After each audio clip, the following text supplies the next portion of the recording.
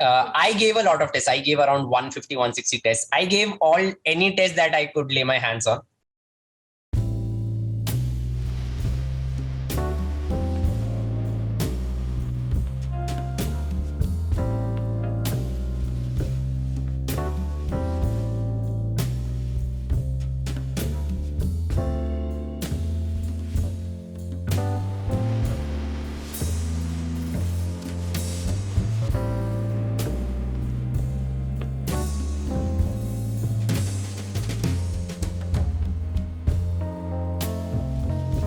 First of all, congratulations for the rank you've got this year, and I hope you're elated by whatever news that you've heard now. Thank you so much. I'm glad. I'm very happy, and the feeling hasn't sunk in yet. What was your response when you got the news, and your family? How was the response? So I was waiting for the results since the morning. I was checking the UPSC website after every minute, and it came at around 6:15 p.m. And as soon as the results were out, I just searched my roll number. I wanted it to be quick. And then I found my roll number. I felt very happy, very glad, excited. I told my parents, they all were thrilled. Relatives came to the house, and then the same thing continued for 2 days, calls, messages, meeting people. It was overall a very exciting experience. So you might have been right now busy these days, getting calls and messages and everything. Yeah, I'm still getting calls. So let's just I'll ask you a few questions. Many are the queries which are actually viewers ask, but before that, they will want to know about you. So let me start with that only. What is your childhood history, and from where did you do your education in terms of 10th class, 12th, and graduation? Do enlighten us about that. So throughout my childhood, I've lived in many places. I was born in Goa. My father was in the Indian Navy. And then so while he was in the Navy, we used to get transferred a lot. So I was born in Goa. Then we went to Karwar, from there to Muscat for a few years, Mumbai. And then he left the job and he joined the State Bank of India. So we came to Jaipur and we settled in Jaipur. So most of my secondary education, higher education has been from Jaipur. So I was, my 10th and 12th was from Maheshwari Public School, Jawahar Nagar in Jaipur. And then my graduation was from IIT Delhi. And I graduated last year. And this was my first attempt. This was your first, and that's really it's a good news that first attempt you clear. Because the percentage is low, those who clear in first attempt. As you said, your father was in Navy. So was that your motivation that you decided to prepare for civil services?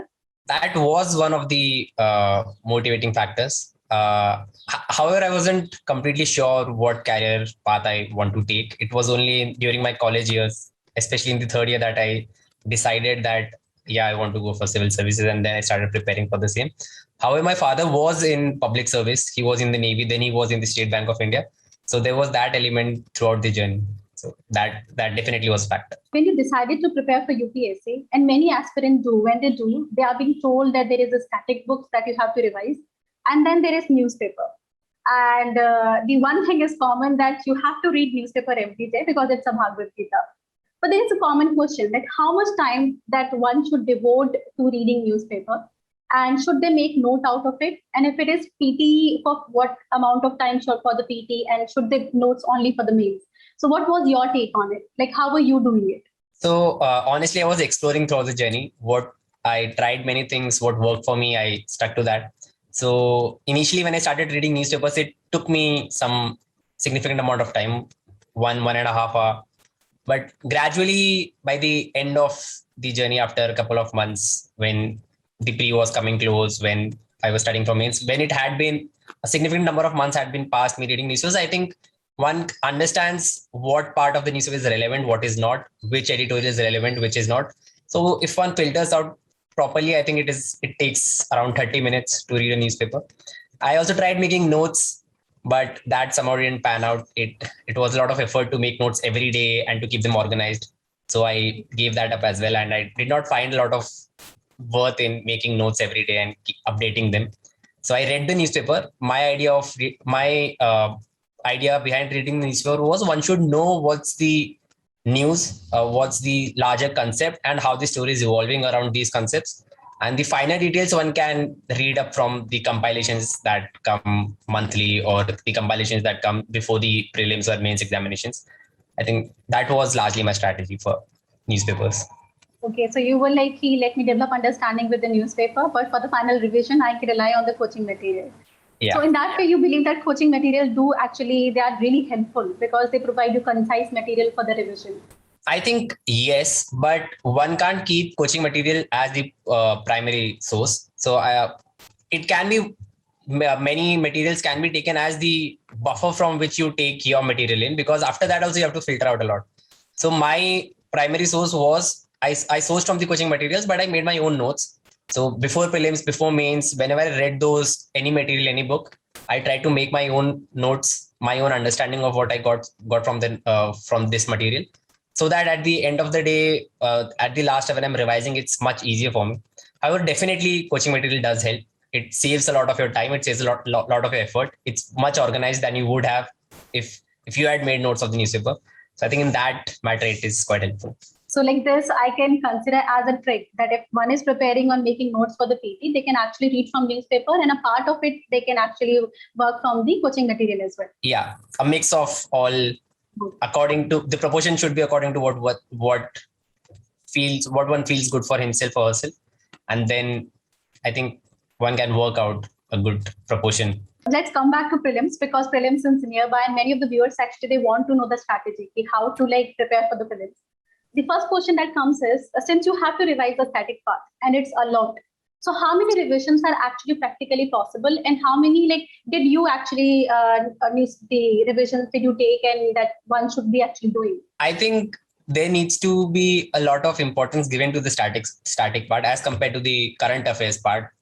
Unlike what's largely believed by the students that current affairs is more important for prelims, I don't think so, because if you see the last year's prelims itself, I don't think there were many direct current affairs questions. It was more based on static conceptual ideas. So I think that should be clear. And so in my case, when the prelims prep started, I started from February around, because then the exam was on 31st of May. And then there was lockdown. I came back to my home, and I didn't know that the lockdown would continue for long. So I did not get any books for myself here. And then I could not visit college. So all my books were left there. So I started making notes by myself again on OneNote. And then, so my trick would be that make notes as concise as you can, revise them as many times as you can, and give a lot of tests, especially for prelims, even for mains or interview, but prelims especially, give as many tests as you can. So I think that's the trick. Give tests, analyze them where you're going wrong, look at the solutions and the concepts that are given in the solutions of the test, note them down, include them in your notes, revise it again and again.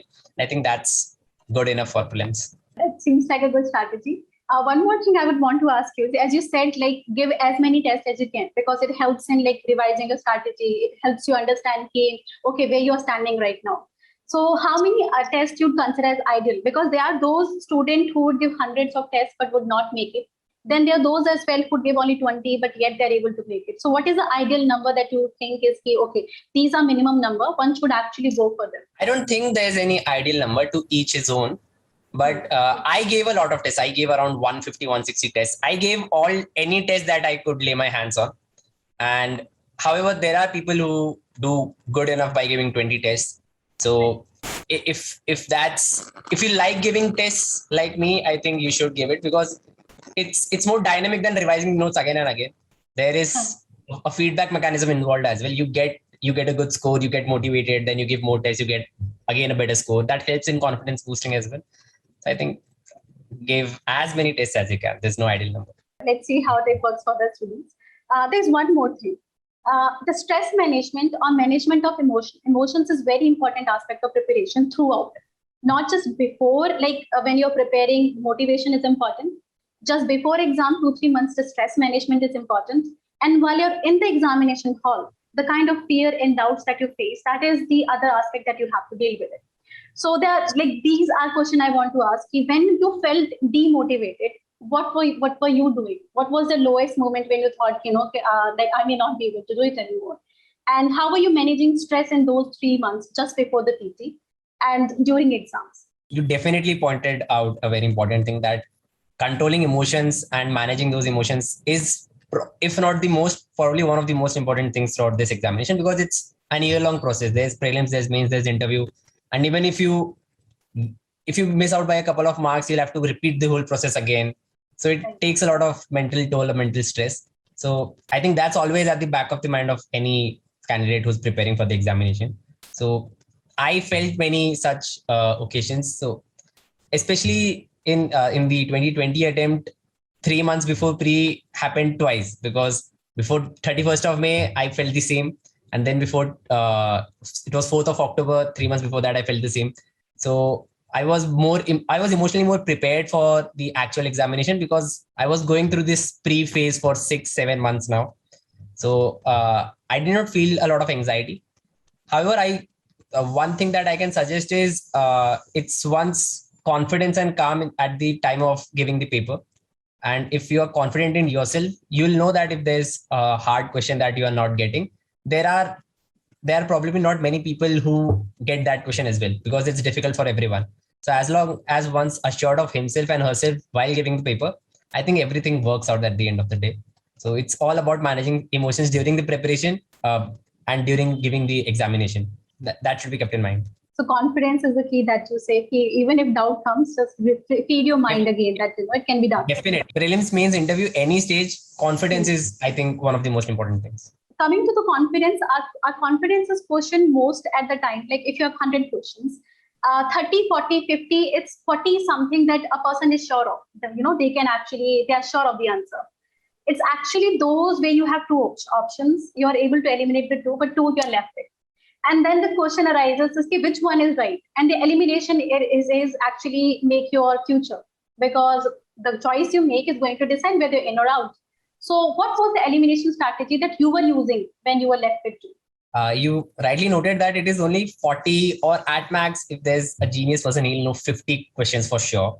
The rest of the 45, 50 questions are is about elimination. It's about working out the solution. So I always went with my gut feeling. Whenever I got a statement, I could eliminate that.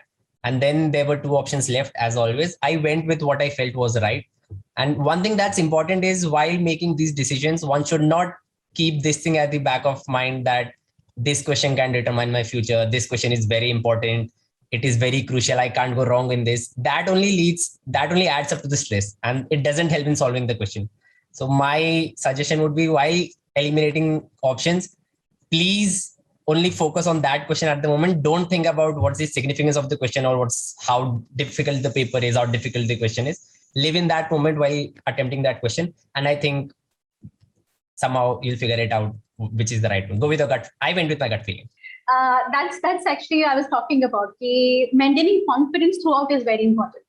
So even you treat one question separately, what happens is you're given 4 sets. And often there is a story by student that, that set, initially 6 questions were the most difficult question. And while you're giving paper, you encounter such number of questions where initial 6 questions where you can't actually answer them. It'll actually impact your confidence level. In such a scenario, what would you advise to a student who's getting this? This exact same scenario happened with me when I was giving my prelims paper. I opened the first question. It was the Aadhaar question. And then I looked at the third question. It was the 1 lakh, 2 lakh, the options were given. I had no idea about these questions. Then I started the question from the last question. I opened the last page. Then I looked at there was this question of the largest critical tiger habitat area. I had no idea about the question. There was this geography question of depth in the Indian Ocean, 59 meters, 60 meters. Again, a very bouncer kind of question. So I took a moment, I composed myself. Then I again started from the front. I skipped the 2-3 questions that I did not know.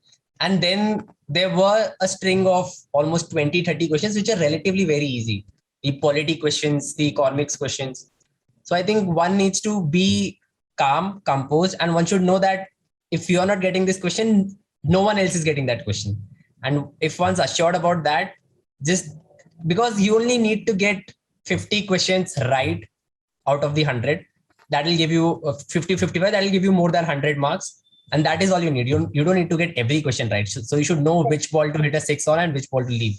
I think that's very important. And I went through this whole string of emotions throughout giving the prelims. So I think everyone went through that last year. So I think it's very important to skip the hard questions and start from the easy questions. Identify which are the easy questions first. Actually, and if we see the pattern of UPSC, now the bouncers have become more often, because earlier you were preparing and you could like expect a pattern. But nowadays UPSC has come with one pattern, that there is no pattern. And the bouncers are very often, and you may have to use common sense very like often, like it's not even in static. You are thinking about whether that is really possible. So in that scenario, what are the changes that you observe in PT exam, and what are the changes that you would suggest a student, this is how you should think differently, and this is how now you should prepare differently? I haven't been in the process for long. I have analyzed previous year question papers before giving my attempt. However, my paper giving experience was only the 2020 prelims. However, analyzing the trend, I've seen that the questions have become more and more conceptual in nature. You can't rely on knowing a certain fact, a certain figure, and you read that in newspaper and that'll sort out the question for you. I don't think that happens a lot in questions these days. So one should be very sound with one's fundamental concepts. And there should be no doubt on these questions, because if you get these wrong, I don't think it'll get very tricky to cross the cutoff mark. So I think the candidate should focus a lot on these fundamental parts. Secondly, a lot of questions are increasingly being asked from science and technology science and technology part, especially the application of different technologies. So here many times it is seen that if a technology is asked and if the question has the leading word of can this be an application or what can be an application, most of the times all of the options are all of the above is the correct answer.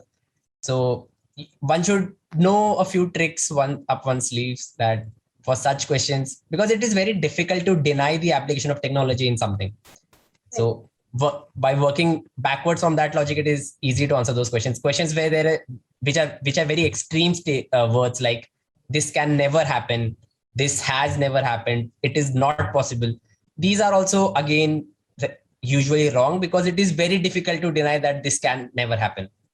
Right. So I think we can work on these words. And last year also there were many questions where one keyword, identifying that one important keyword in the statement helped working out whether that statement was right or wrong.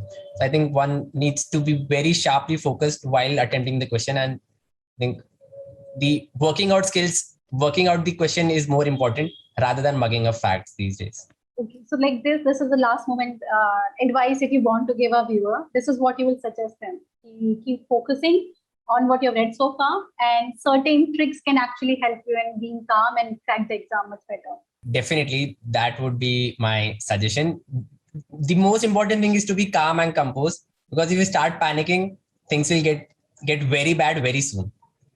Because if you get panicked in one question, the next question you won't be able to focus completely, and then you might even get that question wrong. So be confident, be calm, be assured of yourself. You need to know that what you have done till now is enough, and then go with an open and optimistic mindset while giving the paper. Okay, this was about pre, but then let's just move to mains as well. First, the question that arises is some people say first focus on pre, then you are given 3 months, then you can focus on mains. Is this the right strategy? Or is this the entire preparation process is integrated from prelims to mains to interview? To what extent the integration is there, and to what extent there are actually different stages that one should take? I would say at the base level, at the foundation level, it's an integrated preparation, because the subjects, the topics, the material that you need to know, the foundation is relatively same, be it prelims, be it mains or interview. Your concepts are similar. However, when the exam comes close, when prelims there's 3 months left, in mains there's 3 months left, your approach towards that material should become different. So I think this course correction needs to be done, and one needs to know by when one should switch this approach. So while prelims, one may focus a lot on facts, on what scheme is from which ministry, and some data, where is this national park, where does this river go from. But while giving mains, one needs to have a more critical analysis in questions. If there's a scheme, you don't need to know the ministry. You need to know what are its objectives, how has it performed, what better can be done. So more of an analysis mindset is needed. I think this fine-tuning your preparation according to the stage of the examination is important. However, at the base of it, it's pretty similar. Since you're talking about basis of mains, and there are four different papers. Some are static and some are more dynamic. So I would want to ask, let's start with the static only. Jinka, like those don't change much, like especially in paper one, where there is a geography and then society. And for some, at least they are connected to PT, like geography and history are connected to PT. So I would want to ask, like for modern history and especially the post-independence part, what were your sources? Because this is what a student would want to know. World history, it's not it's not part of the PT. Post-independence is not much actually there. So what were your sources for that aspect? And especially for social issues, where did you study for social issues? I would say that these sources firstly, I would mention my sources, but I would say that most of the sources for everyone is at the end of the day same. There are these standard books for every subject. One might join some coaching notes. Almost, I believe all coachings have similar kind of notes as well. So at the end of the day, it's very similar, the source. It's what you take out from that source and how do you consolidate it. So since you asked, in history, my source was Bipin Chandra. I read the book. Everyone reads that book. I read Spectrum for prelims. And I joined a coaching. I read their notes as well. I read other material. I saw YouTube videos about certain ancient and medieval history material. So I did not have one fixed source, especially for prelims. I believe that in prelims one should read as wide as one can, because questions these days are very random. However, in mains one should keep one sources very limited, should consolidate them and then revise them again and again. So I think that was what I went with. And again, you also asked about world history. I don't think one should be very stressed about world history. Since the last 5-6 years, there hasn't been even one question that has been asked. So just make 15. What I did was I made around 15-20 pages of notes, and I saw the syllabus, what topics were mentioned, what were the major events. I made 1-page notes of each of those topics. And the end of the exercise, I had only 15 pages of world history notes, which I read and revised. However, there wasn't any question that came, but I think one should allocate time according to the importance and relevance of the subject, and not, if one goes into deep world history study, it might take 2 months. But I don't think that's very logical in this preparation. So one should always have one's wits while preparing. On the same line, actually, I want to ask you a question about art and culture, because these days UPSC has been asking question on the art and culture, like Krishna Dev Raya, even Jainism or Buddhism, they're asking question from that. But then art and culture is a very vast subject, especially for the mains. So somewhere someone have to put a lid on it. And where should one draw a line? Because world history, okay, it has really relevance is reducing right now, but art and culture has it. So where should one actually draw a line there? Art and culture and ancient and medieval history were one of those subjects that I was never comfortable with. I studied it a lot of times. I tried to get strong in that, but I never gained the confidence that one needs. So even in prelims, I attempted 95 questions. The 5 questions that I left were from ancient medieval history and art and culture. So I am probably not the best person to answer it, but I would say that one should cover the points in the syllabus that are mentioned, at least cover that and see the previous year questions. So I have, for example, last year there was this question of we had to match in Shramana, and there were 2-3 terms given, and to match what are the meaning of these terms. So I, along with a couple of my friends, we were analyzing the previous year's questions before attempting the prelims 2020. So in 2017 or 2016 paper, Shramana and these other terms were in the options of a question, and we had Googled the meaning of these terms. So that helped. So one can analyze the previous year's question, and that might help in art and culture. So that thing can be kept in mind. However, if one goes out to study everything, Nitin Singhania is a pretty big book. There are many other sources. There's 11th NCRT or CCRT. So I personally don't recommend going very deep into these things, because there's no end. The line to be drawn should be the syllabus and previous year questions. So it's actually good strategy, keeping the syllabus in mind and paper in mind as well. Yeah. Whatever that has been asked in PT, just revolve around that, and so for the mains as well, because even there you can see some kind of pattern. Yeah, definitely. Coming to the static part, GS paper 2 is relatively the most static of all the paper that you have right now. where not much actually changes. And we can divide it in two halves, the case studies, which is more like practical approach, and the other aspect where you have to give the answer. What were your sources for that? Like for ethics, what did you think is a good source where you can read and you can have the comprehensive understanding? I think GS paper 4 is one of those papers where the effort to reward ratio is pretty high. So if one invests only a decent amount of time in it, you can score pretty well in ethics, because there's not a lot of material to cover. It's about your own thinking and how do you frame those thoughts using the correct ethical terms, correct words, correct terms of the subject. So my sources were I had my coaching notes, but I think again they weren't very relevant, because I felt that a significant part of theory that we are taught in ethics isn't actually asked in the paper, especially in the part A. Questions are very open, very random, very open to interpretation of the subject. So I think that is, so to deal with that, I made a table of terms, and then I listed all the 40-50 terms that I came across in ethics, like integrity, honesty, openness, courage of conviction, etc., etc. And then the next column was the definition of each of these terms, and the next column was one example that I can quote. So I used a public example and a personal example. So a person that I can quote to show these values, etc. And my overall source of ethics was only this table, and this table did help me a lot in part A of the paper. And in part B, I think it's all about how many answers that you've written, how develop a general framework for the case study questions, that you should mention the stakeholders first, a brief introduction, stakeholders, facts of the case, then give the solution and a good conclusion at the end. So develop a framework, and I think every case study can be forced into that framework, and it makes things very easy. And I think the most important thing is answer writing speed in ethics, because it's a very long paper. You need to write very fast, you need to think very fast. There's not a moment that you can waste, unlike the other GS papers. I think that should also be kept in mind. Since you're talking about the answer writing part, let me first ask you a question about dynamic portion, and then I'll talk about the test series, because the answer writing test series is where they help you in answer writing. Yeah. The question is, it's paper 3, which is the most dynamic, and paper 2 is also there. It is said ki, let's do Lakshmikant. Lakshmikant is enough for you. Is it really true? Lakshmikant is enough to tackle the paper 2. And second is, since it's even in that part, IR is dynamic. So what were your source you think, this is how you can develop the understanding and you can tackle IR? Coming to polity first, Lakshmikant, I was never a big fan of Lakshmikant, because I felt that the book is quite bulky and not all of it is relevant.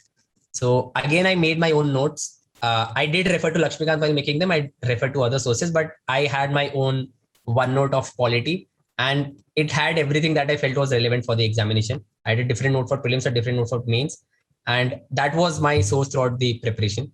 So I think it is very dynamic, because the things that are in news, the questions are related to them are asked. So there was a question on the farm bills, there was a question on the national education policy, there were questions on about contempt of court as well. So there things that are news do come up in these papers.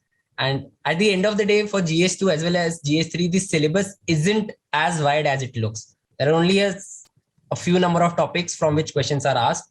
You need to be very well prepared in them. You should have data on them. You should have points on them. And then it's all about answer writing. So, and international relations also. I again made a consolidated note. There were almost 35-40 points of notes that I made. And I think IR was also covered in them. India's relation with neighbors, with other states, Quad, the other international organizations. And I also have a lot of interest in IR. So that was relatively easy for me as compared to other subjects. So I think that's how I managed it. Like asking the same question, it's a dynamic portion, which is the most worrisome.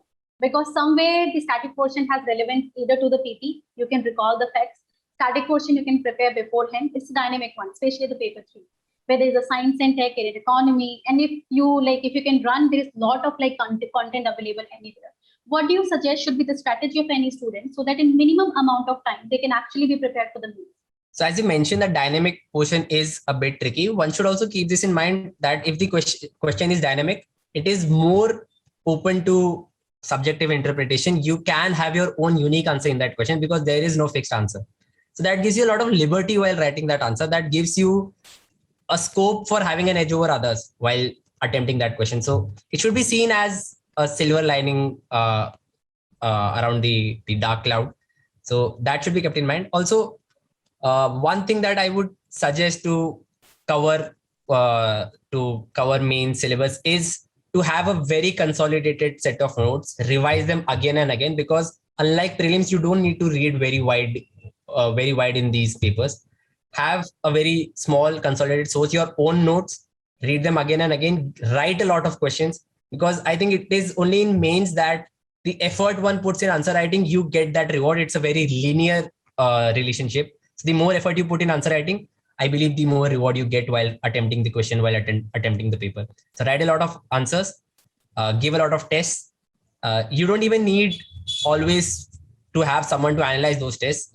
One gets a rough idea while attempting the test. Give a lot of tests and be confident while giving the paper, because the question that you don't know, the question that's dynamic for you, is dynamic for everyone else. This highlights the importance of answer writing. Like it's a very important aspect. That brings us to a very important question. What role do a test series plays in a preparation? How important is it? Like, can one really afford to skip? Because there are many of the aspirants who live in the rural areas or somewhere. Some are actually thinking whether they should or not. Like, now the question arises, how important is it? One should actually go for the test series. Test series is probably the most important aspect of the preparation. If you want to invest your money into one part of preparation, I think that should be test series. You can't compromise on test series, because initially you need someone to guide you how to write a good answer. What is good, what is not good, what is acceptable, what is not acceptable, how to make that answer more enriching, how to make that answer more eye-catching, and how marks are given, what's the process. To get some idea, test series is very important. You get a relative, relatively how well you stand compared to other people. So I think test series is, I don't think one can compromise on test series. However, if someone who's experienced in answer writing, who's giving his second or third attempt, he can write answers by his own. But again, if one's not joining a test series, one should write a lot of answers. I think one cannot compromise on answer writing. This is, since test series is very important, many students are very doubtful in terms of what is the best way to utilize the test series. Because some are like, PT say let's join before PT. Some are like, let's join only during mains. And some are like, even during mains, some are actually submitting their answer at the last moment, like last month or last week actually. So when is the best time to join a test series, and what is the best way to utilize the test series so that you are actually on the right path? You are aware that you are on the right path. Are we talking about the mains test series, right? Yeah. So I think the ideal time would be when you are starting preparation. After that, when you are fairly confident that you have covered a couple of subjects and you're confident of writing any tests on them, I think that's the best part to start. However, I think many people who start writing tests, start answer writing after prelims, I think that's a bit too late, because in my personal opinion, I don't think 2.5 months are enough to excel in this answer writing skill. So I think the earlier you join, the better, because I don't think there's any harm in writing more answers, writing more, attempting more tests, even though the reward that you get from that effort might not be as much, but I think at the end of the day, it helps. So the earlier you join a test series, the more, when you feel comfortable with giving a test, I think it's better. Start early rather than starting late. There's no harm to it. Talking about answer writing, there is a standard answer that whenever you ask someone, okay, how to write an answer, and they are like, there is body, then there is introduction, there is body, then there is conclusion. But there's more to the answer writing, right? That is what I want to know. What is more to that answer writing? There are certain comments that you need to be careful. What is the breaking formula for you? That's how you break it into it. That's how you answer.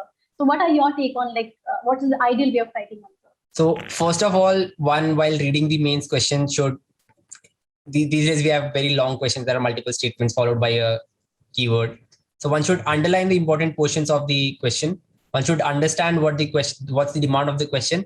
And one should, from the first word, from the first sentence, start on fulfilling the demand of the question. One should not beat around the bush. So the introduction should be very relevant to the question. It's even better if you have got any data, any fact, anything that helps in making the introduction more enriching, something that catches the interest of the examiner. Have a brief 2, 3 at max 4 lines of 3, 4 lines of introduction. Follow that by with ideally a table or a diagram or a map, something that is not text, something that makes your answer different from answer written by other people, something that again catches eye. So that can be a schematic, it can be a flow chart. Force that, if it's not possible, force that into the answer. Then follow it with the body. The body should, again, most of the questions we have these days have multiple questions that are asked. There's a what and a why, there's a how, explain. There are multiple keywords. There are many times 2-3 different questions which are related. So give a subheading, which part you are answering, the point, underline it, write the first point, subpoint, second point, subpoint, third point, subpoint. The next subheading, point, subpoint, point, subpoint. Next subheading, point, subpoint, point, subpoint.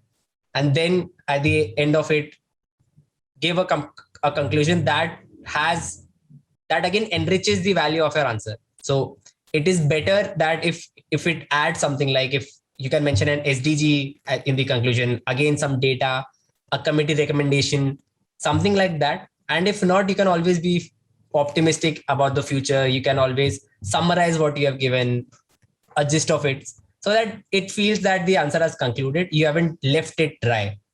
So I think that would be a good framework one can copy. And again, add as many figures, as many diagrams, as many maps as you can, especially in geography questions. Maps are very important. Diagrams are very important. Try to make it more eye-catching so that the examiner sees it. Even if he doesn't have the time to read the answer, he knows that it's a good answer. It somehow satisfies it, and it doesn't take a lot of his effort and time to check that. So I think that's something that can be emulated. You talked about a lot of innovation and a lot of ways by which you can grab an attention, like you preparing bullets over paragraph and diagrammatic representation. But it doesn't come at the last moment. It requires backhand preparation, right? It's like, because if you are not going to bleed in the actual war if you're prepared in the battles before.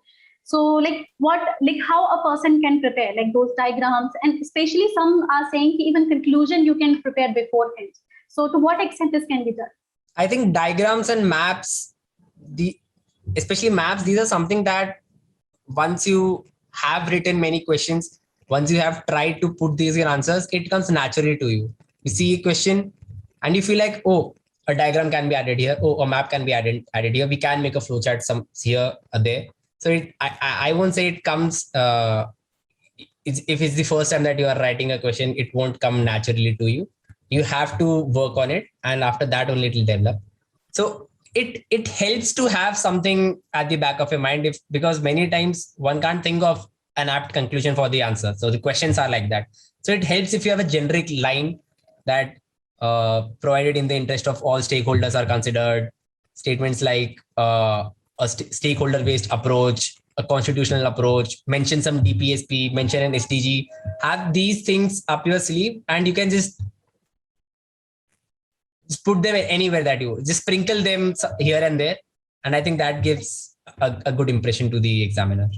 So I think you've talked enough about PT mains, and that is the last stage and the most important stage. And when we come to the interview stage, there are two approaches usually taken by candidates: those who prepare vigorously and those who think they just went there. It was like, okay, it was a little bit conversation as well. So which side did you feel it was more information? And what do you think is a good preparation strategy for interview? So my philosophy for preparation of all stages was to go to give as many tests as I can, to go all in. So again, in interview, I gave as many mocks as I could. I gave almost 30 plus mocks, because there wasn't much to do. If you're preparing for interview, there are only two things that you can do. You can research about your DAF, you can learn about yourself, you can interact with people, and you can give mocks. So I don't think there's any harm in overkilling anything. Go for it. Press the throttle to the maximum and give as many mocks, give as many tests as you feel comfortable with doing. So my strategy would be that once the DAF is, firstly, one should be very careful while filling the DAF. There should not be anything that you have put in the DAF for the sake of impressing the interviewer. Something that is not you, that should not be present, because then it would be a headache for you to prepare. And the interviewers are very experienced. They'll catch it in a minute. So don't make that mistake. Fill it very after proper research. And once you have filled it, study it thoroughly. You should be a master of that word that is written in the DAF. The interview should not know more than you know.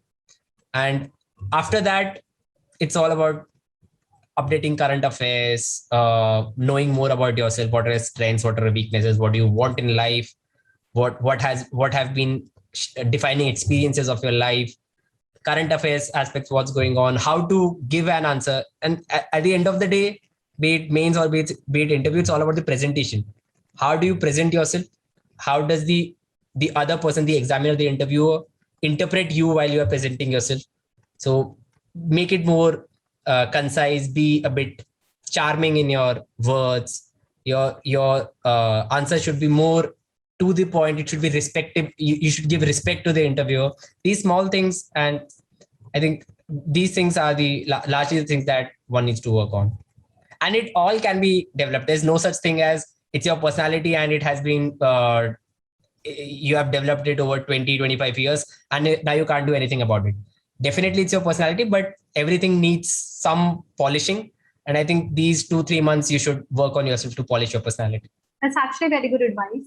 That brings me to a very important, pertinent question, I would say, is that it's this aspect, the interview, it is very personal to any candidate, because other things you're writing on paper, but in an interview, if somebody gives you feedback, you take it personally. There is a tendency in that. And if one interview goes bad, it's entire cycle, entire day is lost. It's like if you're giving a mock and the feedback was not good. Because the question is, how should we raise ourselves from that? Because if we give multiple mocks, then the possibility rises. And first I would want to ask that question. While giving mocks, what are the things a person should be careful in that?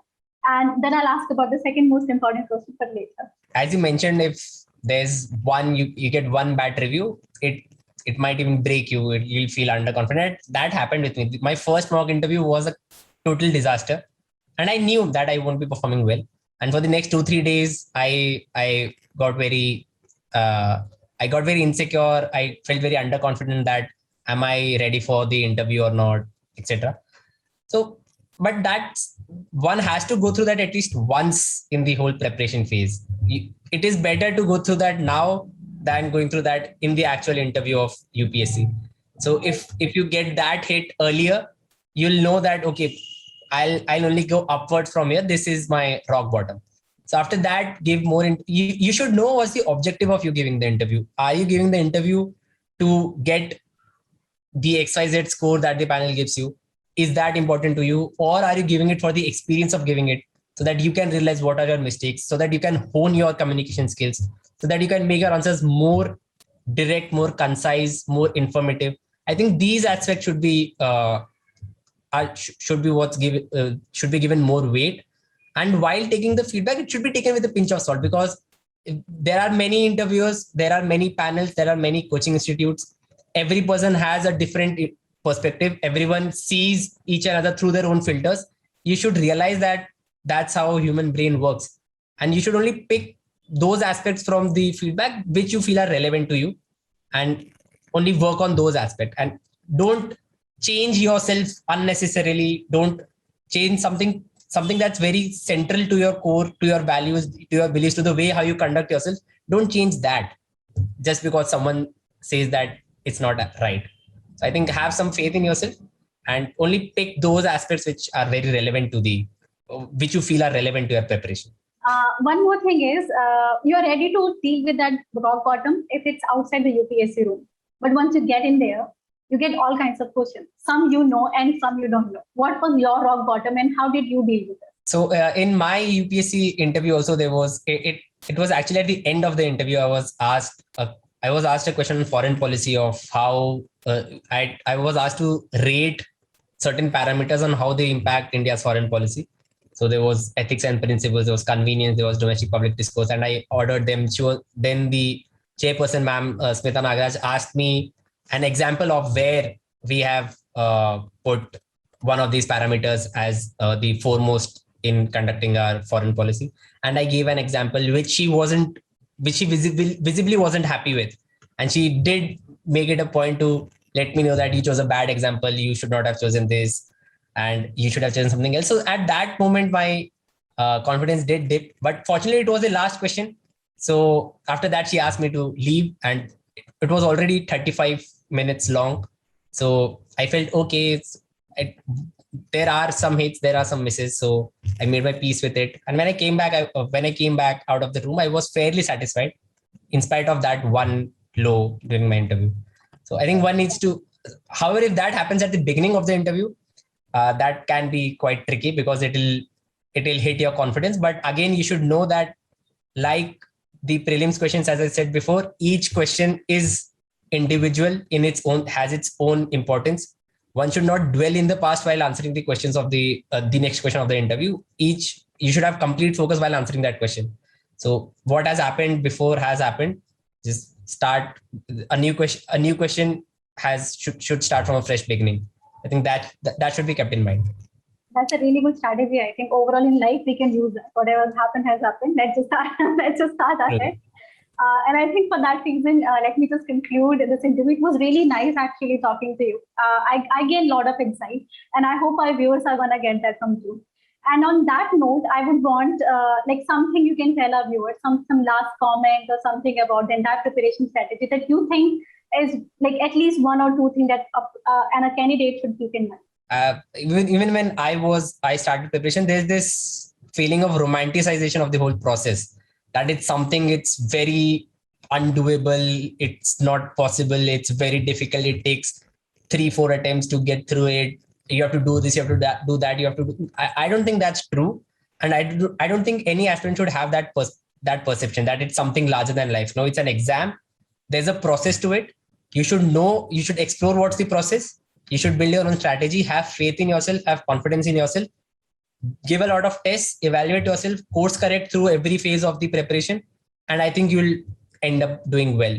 But don't be in awe with the whole process. If you're in awe, you won't be able to perform as well as you could have.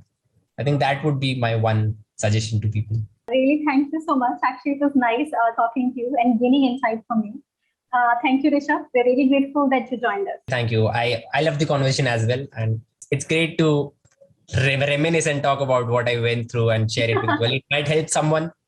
I hope.